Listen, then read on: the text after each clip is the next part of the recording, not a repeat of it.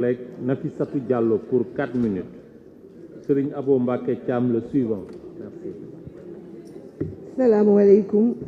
Président maa ngi lay nuyu, messieurs les ministres ak ñi ngeen àndal maa ngi leen di nuyu. Monsieur le ministre du budget la ma waxoon daaw laay waxaat ci prévision recette 2022 2023 2024 on savait tous que le volume espéré par rapport aux hydrocarbures ak yooyu duñ ko atteindre. Donc loolu ça explique aujourd'hui li tax mënuñu am le taux de croissance. Pourtant on l'avait dit, mais à l'époque certainement qu'on pensait que on le disait parce que nous étions opposants. Dama gis ni itam doo leen wax mukk ci indice de développement humain parce que peut-être que le régime est très mal à l'aise parce que vous êtes 170e sur 193. Lorsque des pays comme la Mauritanie et d'autres pays vraiment que je ne veux pas citer ici par respect sont devant nous.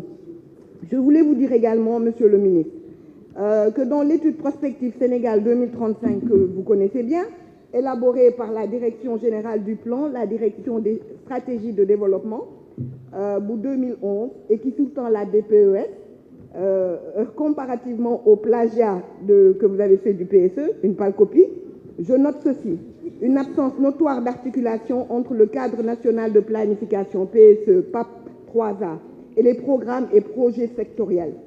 Le TER programmé pour relier directement l'AIBD en premier, Diamniadio étant juste une étape. Ce qui était prévu est un système multimodal de transport connecté, BRT, TER, Dakar Dem Dikk. Par rapport au programme initial que vous avez plagié, les coûts prévisionnels ont doublé.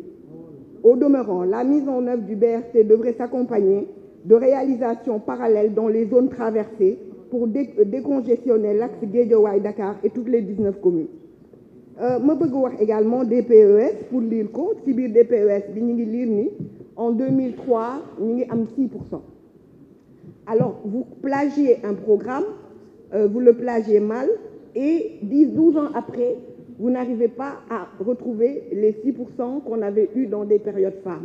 Après c'est vrai que ça a baissé à cause de la crise énergétique. Nous étions confrontés, le président Wade a dû juguler 3 crises énergétiques, subprimes, donc la crise financière, la crise alimentaire mondiale. Malgré tout, et bien sûr les émeutes créées par le pouvoir aujourd'hui qui était opposition hier, qui avait fait chuter le taux de croissance.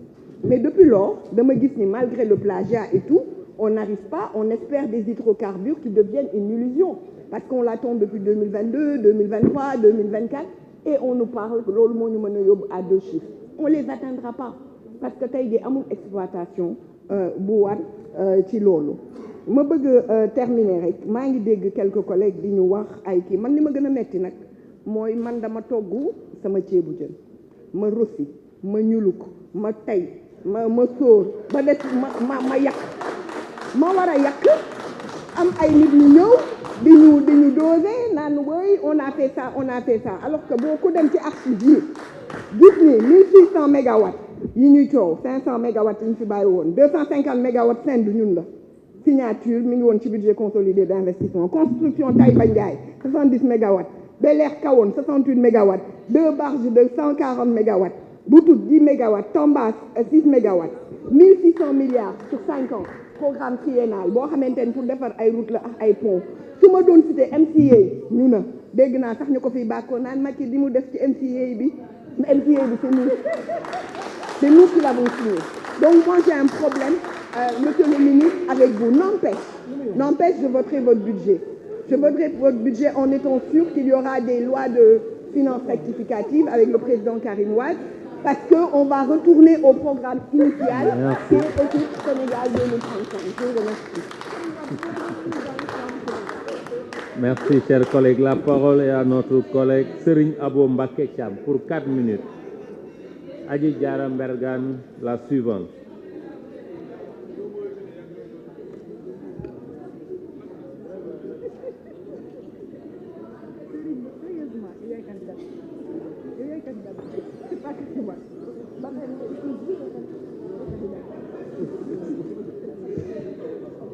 Merci beaucoup, Monsieur le Président.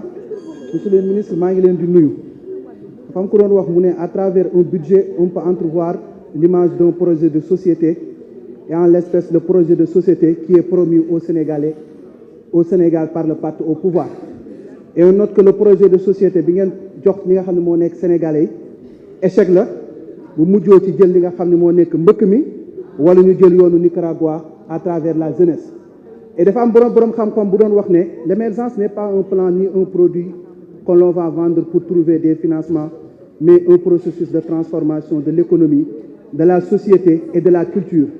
Et le plan normatif, on ne peut pas assigner l'émergence à l'horizon temporel. Et en tout état de cause, si l'on veut que la croissance soit durable et viable, elle doit être portée par un secteur privé dynamique. te suñu secteur privé bi entreprise yu bëri monsieur le ministre tëj nañ képp koo xam ni nekkoo entreprise boo xam ni na nga ànd ak nguur gi